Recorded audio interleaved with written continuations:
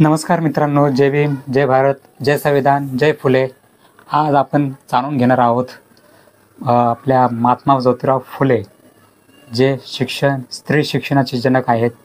सावित्रीबाई फुले, महात्मा ज्योतिराव फुले या दोघांनी स्त्री शिक्षणाला आणि बहुजनांना पहिल्यांदा पाणी पाजलेले असे महान काम या दोघांनी मिळून केलेले आहेत. तर 28 नोव्हेंबर 2025 रोजी त्यांचा महापरिनिर्वाण म्हणजे मृत्यू दिवस आहे. त्यावेळी त्यांचं वारले होते महात्मा ज्योतिराव फुले. तर त्यांच्याबद्दल आपण छोटासा इतिहास जाणून घेऊयात.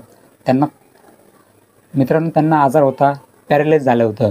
तर ज्योतिराव गोविंदराव फुले 11 एप्रिल 1827 रोजी त्यांचा जन्म झाला. 28 नोव्हेंबर 1890 रोजी त्यांचा निर्वाण झालं म्हणजे वारले. महात्मा फुले नावाने लोकप्रिय हे महाराष्ट्रातील एक सामाजिक कार्यकर्ते, विचारवंत, जातीविरोधी समाजसुधारक आणि लेखक होते. सामाजिक प्रबोधन, अस्पृश्यता व जातीव्यवस्थेचे निर्मूलन आणि स्त्रियांना व मागास जातींच्या लोकांना शिक्षण देण्याचे त्यांनी कार्य करत होते. महात्मा फुले आणि त्यांच्या पत्नी सावित्रीबाई फुले हे दोघे भारतातील स्त्री शिक्षणाचे प्रणेते, जनक मानले जाते म्हणजे ते आहेतच. ज्योतिरावांनी 1848 मध्ये पुण्यात तात्यासाहेब भिडे यांच्या भिडेवाडा येथील मुलींसाठी पहिली शाळा सुरू केली. खालच्या समजल्या जाणाऱ्या जातीमधील लोकांना समान हक्क मिळवून देण्यासाठी त्यांनी आपल्या अनुयायांसह सत्यशोधक समाजाची स्थापना केली.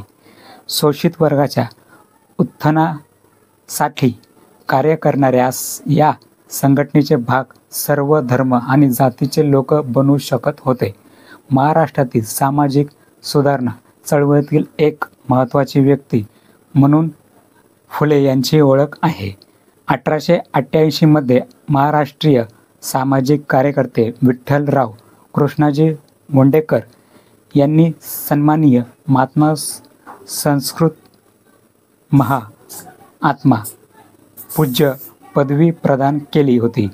1888 मध्ये महात्मा ज्योतिराव फुले यांना महात्मा ही पदवी प्रदान केली होती. ती कोणी केली होती?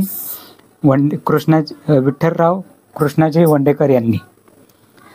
त्याच्या आधी महात्मा ज्योतिराव फुलेंना ज्योतिराव